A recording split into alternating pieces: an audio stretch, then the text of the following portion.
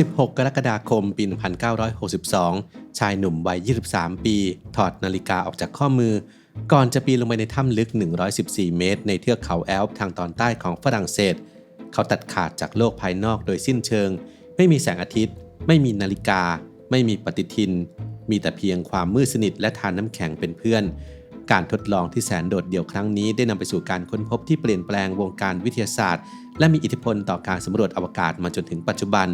มิเชลซิฟนักธรณีวิทยาผู้กล้าท้าทายการเวลาได้พิสูจน์ให้เห็นว่าร่างกายมนุษย์มีนาฬิกาชีวิตเป็นของตัวเองที่ทำงานแตกต่างไปจากจังหวะการหมุนของโลกโดยสิ้นเชิง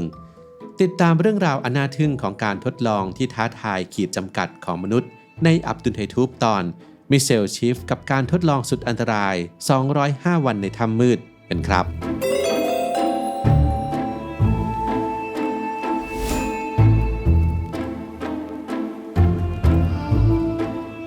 1. จุดเริ่มต้นของนักสำรวจความหลงใหลในการสำรวจถ้ำของมิเชลซิฟเริ่มต้นขึ้นตั้งแต่เขาอายุเพียง10 ขวบหลังจากได้เข้าไปเยี่ยมชมถ้ำกับครอบครัวเด็กชายที่เกิดในเมืองนิสทางตอนใต้ของฝรั่งเศสก็แสดงให้เห็นถึงพรสวรรค์ด้านวิทยาศาสตร์ตั้งแต่อายุยังน้อยเขาสำเร็จการศึกษาจากมหาวิทยาลัยซอร์บอนในกรุงปารีสและเริ่มเขียนบทความทางวิชาการให้กับสถาบันวิทยาศาสตร์ตั้งแต่อายุเพียง17 ปีด้วยความเชี่ยวชาญด้านธรณีวิทยาและความหลงใหลในการสำรวจถ้ำซิฟจึงก่อตั้งสถาบันศึกษาถ้ำฝรั่งเศสขึ้นในปี 1962 เพื่อส่งเสริมการสำรวจถ้ำทั้งในระดับนักผจญภัยสมัครเล่นและนักวิจัยช่วงต้นทศวรรษที่ 1960 เป็นยุคทองของการแข่งขันด้านอวกาศระหว่างสหรัฐอเมริกาและสหภาพโซเวียต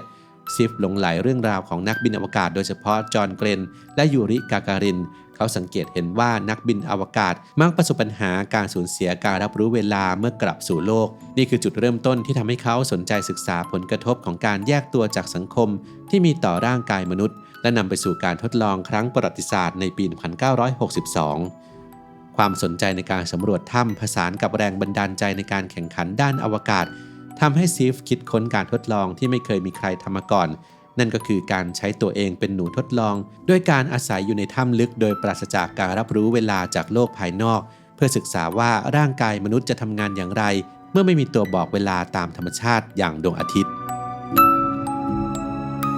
2. การทดลองครั้งประวัติศาสตร์ในปี 1962ในวันที่ 16 กรกฎาคม ปี 1962 ซิฟปีนลงไปในถ้ำสการัสซอนที่ระดับความลึก 114 เมตรในเทือกเขาแอลป์ทางตะวันออกเฉียงใต้ของฝรั่งเศสพร้อมกับอุปกรณ์พื้นฐานเพียงไม่กี่อย่างมีเต็นท์ถุงนอนเตาแก๊สขนาดเล็กหนังสือและโคมไฟขนาด 4 โวลต์เขาทิ้งนาฬิกาข้อมือไว้ข้างบนและขอให้ทีมงานนำบันไดเชือกกลับขึ้นไปด้วยเพื่อป้องกันไม่ให้เขาหมดความอดทนและปีนกลับขึ้นมาก่อนเวลาการทดลองของซิฟมีกฎง่ายๆเขาจะโทรศัพท์ติดต่อทีมงานที่ปากถ้ำเฉพาะตอนตื่นนอนรับประทานอาหารและก่อนเข้านอนเท่านั้นทีมงานไม่มีสิทธิ์โทรเข้ามาหาเขาเด็ดขาดเพื่อไม่ให้เขารู้เวลาจากโลกภายนอกทุกครั้งที่ติดต่อทีมงานเขาจะวัดชีพจรและทำการทดสอบทางจิตวิทยาด้วยการนับเลขจาก1 ถึง 120โดยพยายามนับให้ได้วินาทีละตัวสภาพในถ้ำนั้นท้าทายอย่างยิ่งอุณหภูมิต่ำกว่าจุดเยือกแข็งและมีความชื้นสูงมากรองเท้าแตะของเขาชุ่มน้ำจนใช้การไม่ได้เขาต้องระวังการใช้เตาแก๊สเพราะกลัวก๊าซคาร์บอนมอนอกไซด์อีกทั้งยังมีอาการวิงเวียนศีรษะและซึมเศร้าไประยะแต่สิ่งที่ยากที่สุดก็คือการสูญเสียการรับรู้เวลาโดยสิ้นเชิงซิฟเขียนในบันทึกว่าผมรู้สึกเหมือนตัวเองหยุดนิ่งแต่กลับรู้ว่าตัวเองกำลังถูกพัดไปตามกระแสเวลาที่ไหลไม่หยุดเวลาเป็นสิ่งเดียวที่เคลื่อนไหวซึ่งผมเคลื่อนที่อยู่ในนั้นเมื่อทีมงานติดต่อเข้ามาในวันที่ 14 กันยายน ปี 1962 บอกว่าถึงเวลาขึ้นมาแล้วซิฟถึงกับไม่เชื่อเขาคิดว่ายังเป็นแค่วันที่ 20 สิงหาคมต้องใช้เวลาถกเถียงกันถึง 5 นาทีซึ่งในความรู้สึกของซิฟ 5 นาทีนั้นคือ 2 นาทีกว่าจะยอมปีนขึ้นมาแต่เมื่อกลับสู่โลกภายนอกเขาก็อ่อนแรงจนเป็นลมถึง 2 ครั้งและต้องสวมแว่นตาสกีเพื่อป้องกันแสงแดดการทดลองครั้งนี้ได้เผยให้เห็นว่าการรับรู้เวลาของเขาถูกบีบอัดลงครึ่งหนึ่งและวงจรการนอนหลับของเขายืดออกเป็น 24.5 ชั่วโมง 3. การทดลองที่เปลี่ยนชีวิตในปี 1972 หลังจากการทดลองครั้งแรกประสบความสำเร็จ ซิฟตัดสินใจท้าทายขีดจำกัดของตัวเองอีกครั้งในปี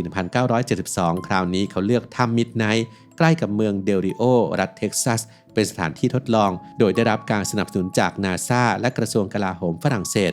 การทดลองครั้งนี้ยาวนานถึง205วันหรือเกือบ7เดือนซิฟมีอุปกรณ์พร้อมกว่าครั้งแรกมากเขาติดตั้งอิเล็กโทรดไว้ที่หน้าอกและศีรษะเพื่อวัดสัญญาณชีพต่างๆอาหารที่นำไปเป็นชุดเดียวกับที่ใช้ในภารกิจอพอลโล 16 ทุกวันเขาจะตัดเคราเก็บปัสสาวะและบันทึกข้อมูลเพื่อศึกษาผลของความมืดที่มีต่อฮอร์โมนในร่างกายบางครั้งเขาได้รับอนุญาตให้เปิดหลอดไฟจำลองแสงอาทิตย์เพื่อดูว่าจะช่วยในการเดินทางอวกาศระยะยาวได้หรือไม่แต่ว่าความโดดเดี่ยวที่ยาวนานนั้นเริ่มส่งผลกระทบรุนแรงต่อจิตใจของซิฟหลังผ่านไป79วันเครื่องเล่นแผ่นเสียงของเขาเสียอุปกรณ์วิจัยและเอกสารต่างๆเสียหายจากเชื้อราความเหงาทำให้เขาพยายามจับหนูตัวหนึ่งมาเลี้ยงเป็นเพื่อนแต่กลับทำให้มันตายโดยไม่ตั้งใจเหตุการณ์นี้ทำให้เขาจมดิ่งสู่ภาวะซึมเศร้าอย่างหนักถึงขั้นคิดฆ่าตัวตายเขาบันทึกไว้สั้นๆว่าความสิ้นหวังท่วมท้นตัวผมการทดลองครั้งนี้เผยให้เห็นผลกระทบที่น่าตกใจวงจรการนอนหลับของซิฟเปลี่ยนเป็น48ชั่วโมงโดยตื่น36ชั่วโมงและนอน12ชั่วโมงนอกจากนี้เขายังสูญเสียความจำระยะสั้นจำไม่ได้ว่าทำอะไรไปบ้างในช่วง2วันที่ผ่านมาเมื่อทีมงานบอกว่าถึงเวลาขึ้นมาแล้วเขาไม่เชื่อและคิดว่าทีมงานกำลังล้อเล่นแม้จะได้ผลการทดลองที่มีค่าแต่ประสบการณ์อันแสนโดดเดี่ยวครั้งนี้ก็ทำให้ชีวิตของเขาเปลี่ยนไปตลอดกาลภรรยาของเขาตัดสินใจหย่าและเขาต้องแบกรับหนี้สินมหาศาลแม้จะมีผู้สนับสนุนการทดลองก็ตาม 4. ผลกระทบต่อวงการวิทยาศาสตร์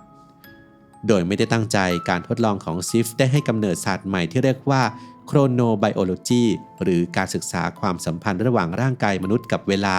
การค้นพบว่ามนุษย์มีนาฬิกาชีวภาพที่ทำงานแยกอิสระจากการหมุนของโลกได้เปิดมุมมองใหม่ในการศึกษาวงจรชีวิตของสิ่งมีชีวิตจนกระทั่งในปี 2017 นักวิทยาศาสตร์ 3 คนได้รับรางวัลโนเบลสาขาชีววิทยาจากการค้นพบพื้นฐานทางพันธุกรรมที่ควบคุมนาฬิกาชีวภาพนี้ผลการทดลองของซิฟมีความสำคัญอย่างยิ่งต่อการสำรวจอวกาศนาซานำข้อมูลไปใช้เตรียมความพร้อมนักบินอวกาศสำหรับภารกิจระยะยาวโดยเฉพาะการเดินทางไปดาวอังคารที่นักบินอวกาศนั้นต้องใช้ชีวิตในยานโดยไม่เห็นการขึ้นตกของดวงอาทิตย์เหมือนบนโลกนอกจากนี้กองทัพเรือของทั้งสหรัฐอเมริกาและสหภาพโซเวียตก็ยังนำผลการศึกษาไปใช้กับลูกเรือในเรือดำน้ำนิวเคลียร์ที่ต้องอยู่ใต้ทะเลลึกเป็นเวลานานการทดลองยังแสดงให้เห็นถึงความสำคัญของการนอนหลับและผลกระทบของการขาดตัวกำหนดเวลาตามธรรมชาติ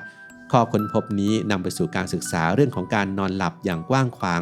ทั้งในแง่ของการรักษาโรคนอนไม่หลับการแก้ปัญหาอาการเจ็ตแลกและการจัดการกะทำงานให้สอดคล้องกับนาฬิกาชีวภาพของร่างกาย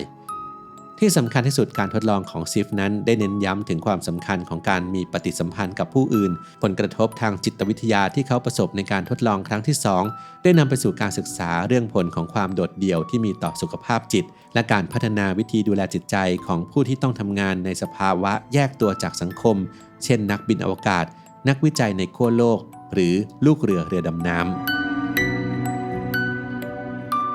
5. มรดกทางวิทยาศาสตร์ในปี 1999 เมื่ออายุ 60 ปีซิฟได้แรงบันดาลใจจากการที่จอห์นเกรนกลับสู่อวกาศอีกครั้งในวัย 77 ปีเขาจึงตัดสินใจทำการทดลองครั้งสุดท้ายโดยลงไปอยู่ในถ้ำคลามุสในแคว้นเอโรสประเทศฝรั่งเศสเป็นเวลา 76 วันเพื่อศึกษาผลของความชราที่มีต่อการรับรู้เวลาแม้จะนำเอาฟัวกราสและแชมเปญไปฉลองปีใหม่ด้วยแต่เขาก็ยังสูญเสียการรับรู้เวลาเช่นเคยโดยฉลองวันขึ้นปีใหม่ช้าไป 4 วันผลงานของซิฟได้รับการยอมรับอย่างกว้างขวางในวงการวิทยาศาสตร์หนังสือของเขาเรื่อง Beyond Time ที่ตีพิมพ์ในปี 1964 มีอิทธิพลต่อทั้งโครงการอวกาศและการปฏิบัติการทางทหารการทดลองของเขาได้จุดประกายให้เกิดการศึกษาวิจัยเรื่องนาฬิกาชีวภาพอย่างกว้างขวางจนนำไปสู่การค้นพบกลไกทางพันธุกรรมที่ควบคุมวงจรการทำงานของร่างกายปัจจุบันมรดกทางวิทยาศาสตร์ของซิฟยังคงมีชีวิตอยู่นักบินอวกาศรุ่นใหม่ต้องผ่านการฝึกอยู่ในถ้ำที่เกาะซาร์ดิเนียเพื่อเรียนรู้การจัดการกับความโดดเดี่ยว โปรแกรมการฝึกนี้พัฒนาขึ้นจากบทเรียนที่ได้จากการทดลองของเขาซิฟเสียชีวิตในวันที่ 25 สิงหาคม ปี 2024 ที่เมืองนิสด้วยวัย 85 ปี โดยวงการวิทยาศาสตร์ยกย่องว่าเขาได้ปฏิวัติความเข้าใจเรื่องจังหวะชีวภาพและปฏิกิริยาของร่างกายมนุษย์ภายใต้สภาวะสุดขั้วการทดลองของซิฟเผยให้เห็นความลับของนาฬิกาชีวภาพในร่างกายมนุษย์และยังสอนบทเรียนสำคัญเกี่ยวกับขีดจำกัดของมนุษย์และความสำคัญของการมีปฏิสัมพันธ์กับผู้อื่นในยุคที่มนุษย์กำลังเตรียมตัวเดินทางไปดาวอังคารและเทคโนโลยีกำลังเปลี่ยนแปลงจังหวะการใช้ชีวิตของผู้คนความเข้าใจเรื่องความสัมพันธ์ระหว่างร่างกายมนุษย์กับเวลาจึงมีความสำคัญมากกว่าที่เคยเป็น